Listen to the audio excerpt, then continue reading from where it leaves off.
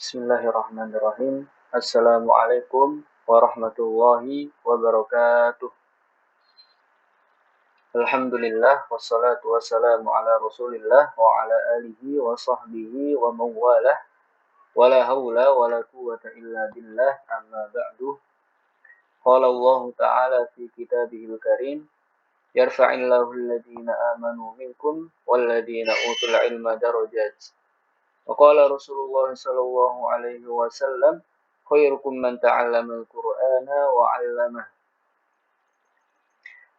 Yang terhormat dan kami hormati Bapak Dr. Haji Ahmad Alim LCMA selaku dosen mata kuliah Islamic Worldview. Perkenalkan, saya Muhammad Mustaghfirin dari kelas PAI Reguler 2A. Di sini saya akan mempresentasikan materi-materi yang sudah diberikan selama semester ini atau materi-materi yang sudah diberikan setelah ujian tengah semester. Ada 8 pembahasan. Yang pertama atau pembahasan ke-8 itu tentang integritas ilmu dan adab. Kemudian yang ke-9 tentang konsep adab dan hidup mulia. Kemudian yang ke-10 tentang jiwa dan problematikanya. Yang ke-11 tentang konsep alam, seni, dan kebudayaan. Yang ke-12 tentang pilar kebangkitan umat Islam. Yang ke-13 tentang perjalanan mencari ilmu. Yang ke-14 tentang mewaspadai diabolisme pemikiran. Yang ke-15 tentang alam gaib dan kebangkitan. Materi yang pertama atau materi yang ke-8 dalam semester ini yaitu tentang integritas ilmu dan adab. Antara ilmu dan adab itu tidak bisa dipisahkan. Kalau adab itu hilang dari ilmu, maka akan menimbulkan dampak negatif yang sangat besar. Wa qur rabbi zidni ilma. Kata Ibnu Katsir, Nabi SAW itu tidak pernah meminta tambahan kecuali tambahan ilmu. Kemudian ketika ada orang yang bisa memadukan ilmu dan adab, maka dia akan mendatangkan manfaat baginya, bagi orang lain, bagi agama, dan bagi negaranya. Dan inti dari pengajaran Islam itu adalah pengajaran adab. Orang yang beramal tanpa berilmu, maka amalannya ditolak. Dan orang yang berilmu tanpa beramal, itu akan disiksa sebelum penyembah berhala disiksa. Kemudian materi yang ke-9, tentang konsep adab dan hidup mulia. Semua yang dimisalkan dengan anjing pasti buruk. Walaupun orang tersebut adalah seorang ilmuwan. Contohnya adalah kisah Bal'am yang disebutkan di dalam surat Al-A'raf ayat 176. Disebutkan bahwa Bal'am adalah seorang yang berilmu, muridnya Nabi Musa yang hafal Taurat. Tapi karena adabnya buruk dan bermental penjilat, maka dia dimisalkan dengan anjing. Kata Allah, فَمَثَلُهُ كَمَثَلِ الْكَلْبِ إِنْ تَحْمِلْ عَلَيْهِ يَلْهَثْ أَوْ تَتْرُكْهُ يَلْهَثْ. Dan anjing adalah hewan yang najis. Namun, hasil buruannya itu suatu hal yang halal. Ketika anjing itu dididik, maka hasil dari didikannya akan bernilai. Kemudian konsep ta'lim dan ta'lim itu seperti tadi. Anjing yang dididik saja bisa bernilai, punya harga diri, dan bahkan bisa masuk surga. Apalagi manusia. Dan manusia itu lebih berpeluang besar untuk dididik dan ditanamkan adab. Dan inti dari pendidikan itu ada di 2 hal. Yang pertama, yaitu banyak-banyakin sabar. Kemudian yang kedua, bergaul dengan orang soleh. Dan Allah itu akan mengangkat suatu kaum karena Al-Quran. Contohnya adalah wakil gubernur Makkah pada masa Khalifah Umar, yaitu seorang budak hitam yang diangkat derajatnya. Kata Rasulullah, "Inna Allaha yarfa'u bihadzal kitab bi aqwaman wa yad'u bi akharin." Kemudian materi yang ke-10 itu tentang jiwa dan problematikanya.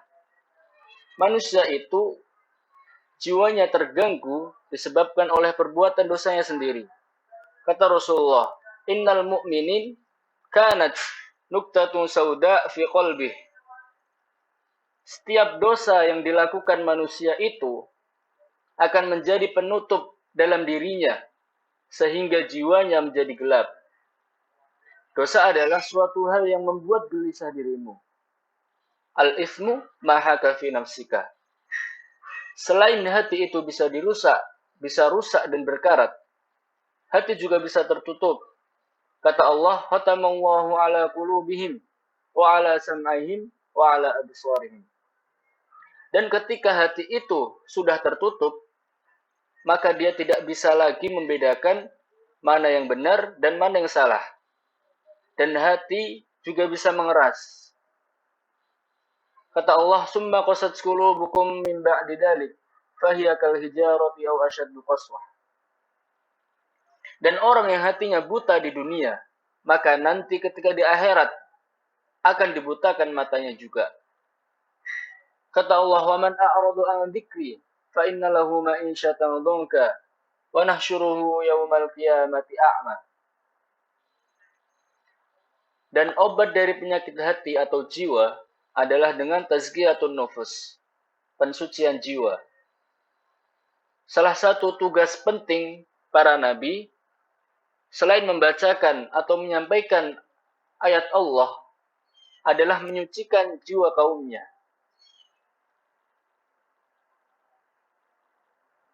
Seperti firman Allah dalam Al-Quran, "Huwallazi ba'atsa fil ummiyina rasulan minhum yatlu 'alaihim ayatihi wa yuzakkihim wa yu'allimuhumul kitaba wal hikmah."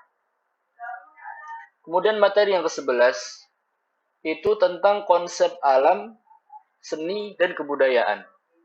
Allah Ta'ala menciptakan alam dan juga jagat raya untuk kemaslahatan manusia, supaya mengenal Tuhannya. Dan Allah menciptakan alam dan jagat raya itu tidak sia-sia. Rabbana ma khalaqta hadza batila. Dan konsep alam adalah ma Allah, atau semua selain Allah itu disebut alam, karena alam itu makhluk. Alam dan klasifikasinya ada 4. Yang pertama, alam kosmologi, yaitu benda mati, bebatuan, material. Itu disebut alam kosmologi. Kemudian yang kedua, alam organik atau biologi, yaitu tingkatan hayat dari tumbuhan dan hewan. Yang ketiga, alam yang sifatnya rohaniyah atau yang sifatnya gaib atau halus, malaikat, dan alam bangsa jin. Kemudian yang keempat, alam manusia, alam yang sedang kita tinggali sekarang ini. Itu sifatnya rohaniyah dan sosial. Dari semua alam yang sudah diciptakan oleh Allah, itu supaya mereka tunduk dan patuh kepada Allah Ta'ala. "Wa ma khalaqtul jinna wal insa illa liya'budun." Dan tidaklah aku menciptakan jin dan manusia illa liya'budun, kecuali untuk beribadah kepadaku. Dan dalam masalah kebudayaan tidak mungkin bisa lepas dari dunia politik. Karena untuk mengatur manusia itu butuh siasat, dan siasat itu ada pada dunia politik. Karena siasat itu sendiri perlu kekuasaan. Kemudian dalam alam kebudayaan juga tidak bisa lepas dengan sains, ilmu pengetahuan, dan teknologi. Kemudian tidak bisa lepas juga dari kesenian, karena manusia itu butuh seni atau butuh senang-senang. Zuyyina lin-nasi hubbu syahawat minan nisa'i wal banin wal qanatiril muqawatarati minaz zahabi wal fiddah.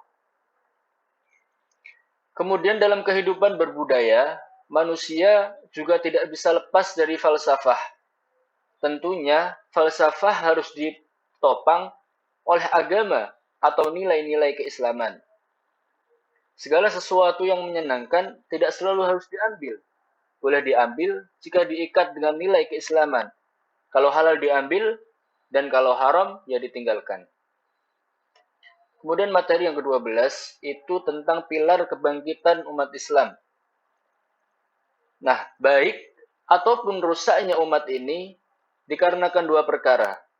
Kata Rasulullah, "Awwalu solahi hadhil ummah al-yakinu wal zuhdu." Kemudian beliau melanjutkan, "Wa awwalu fasadaha al-bakhilu wal amalu." Baiknya umat ini itu karena dua hal. Yang pertama, yakin dalam masalah akhirat. Kemudian yang kedua, zuhud dalam urusan dunia. Kemudian kunci rusaknya umat ini itu ada dua hal juga. Yang pertama karena bakhil, terlalu cinta terhadap dunia. Yang kedua, karena angan-angan panjang atau angan-angan yang kosong. Salah satu contoh yakin, yaitu seperti halnya burung yang pergi pada pagi hari dalam keadaan perut yang lapar, namun dia yakin akan rezeki Allah. Maka ketika dia pulang pada sore hari, dia sudah dalam keadaan kenyang. Dan Nabi Muhammad SAW dakwah selama 10 tahun di kota Makkah, itu isinya hanya tentang keyakinan saja. Yakin dan tingkatannya itu ada 3. Yang pertama ilmu yakin, yang kedua ainul yakin, dan yang ketiga hakul yakin. Yang pertama, umat Islam itu harus berilmu dulu. Karena kebodohan itu menyesatkan. Kalau orang itu sudah mempunyai konsep keilmuan yang benar, maka dia bisa naik ke tingkatan yang kedua. Yaitu Allah akan tunjukkan bukti dari keyakinan yang matang. Setelah itu, dia akan naik ke tingkatan yang ketiga. Yaitu ketika dia sudah mencicipi nikmatnya atau manisnya iman. Dan Sufyan Ats-Tsauri mengatakan tentang zuhud. Zuhud itu tidak ditampakkan dengan bajunya yang lusuh. Akan tetapi sesungguhnya zuhud di dunia itu memendekkan angan-angan. Kemudian yang materi yang selanjutnya, yang ke-13, tentang perjalanan mencari ilmu.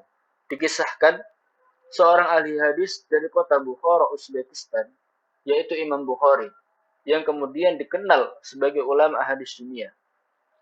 Beliau menseleksi sekitar 600.000 hadis. Dan kata beliau, mencari hadis itu harus bertemu langsung dengan gurunya. Harus bertatap muka langsung kepada gurunya. Dan beliau itu mempunyai 1.000 lebih atau 1.080 guru yang beliau temui. Dan beliau sejak usia 10 tahun, Imam Bukhari kecil sudah duduk di khutbah atau majelis ilmu untuk menghafal Al-Quran.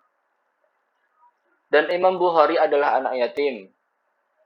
Beliau juga terlahir cacat permanen, namun semangat beliau tidak pernah lelah.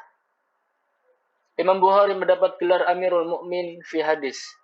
Artinya adalah seorang pemimpin atau ulama hadis tingkat tinggi. Imam Bukhari melakukan perjalanan untuk mencari hadis ke berbagai kota di dunia. Berbagai kota ulama di dunia. Kemudian materi yang ke-14 tentang mewaspadai diabolisme pemikiran. Mengenal diabolisme itu penting, karena boleh jadi dia tersesat karena tidak mengenal kesesatan. Bisa jadi dia terjerumus di dalamnya dan tidak dapat keluar darinya. Seperti halnya Hudzaifah bin Yaman. Beliau itu sering menanyakan hal-hal yang buruk kepada Nabi Shallallahu Alaihi Wasallam agar bisa menjauhi keburukan itu. Diabolisme pemikiran itu intinya kita mengetahui pemikiran-pemikiran yang menyimpang, yang menjauhkan dari Allah.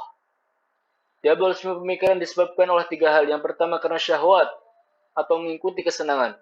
Kemudian karena terjebak oleh syubhat. Yang kedua, Dan yang ketiga karena mengikuti jejak syaitan.